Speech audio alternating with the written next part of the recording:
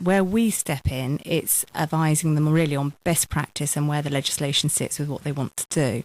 So what we try to do is give organisations a variety of options. So it would be, well, if you want to make sure that you comply with the legislation, this is the route that you should follow.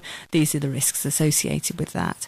But that doesn't always fit every situation. Sometimes companies want to make other decisions.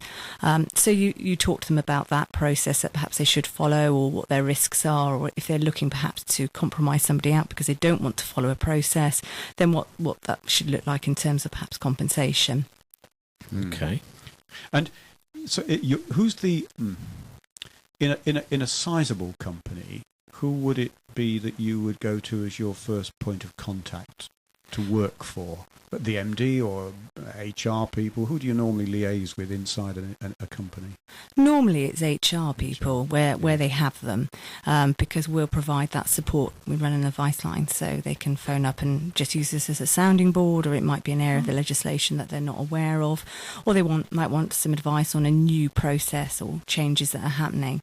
For smaller organisations where they don't have that luxury of an HR consultant, then we'll support the directors or the MD or even the business managers within that organisation.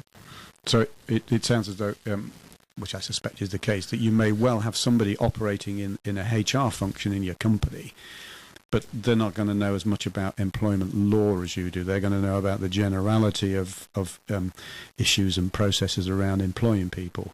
They still need to come to you to talk about the law. Yeah, and you may find that you end up with somebody who's very knowledgeable on that. So, for example, in a couple of companies, we support the employee relations team. So they live and breathe issues and situations the whole time.